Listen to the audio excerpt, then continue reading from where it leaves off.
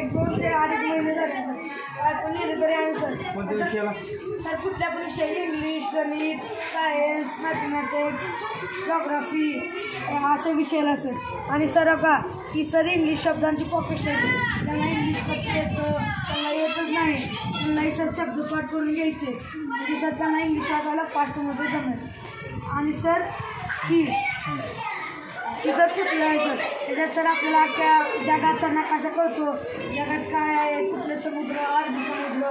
किती जमीन किती नाही सर ते त्यात आपल्याला कळतं आणि सर हा सर आपला कंपास त्याच्यामध्ये सर कॅल्क्युलेटर आहे आपल्याला गणिते करता येतात त्याच्यात सर पेन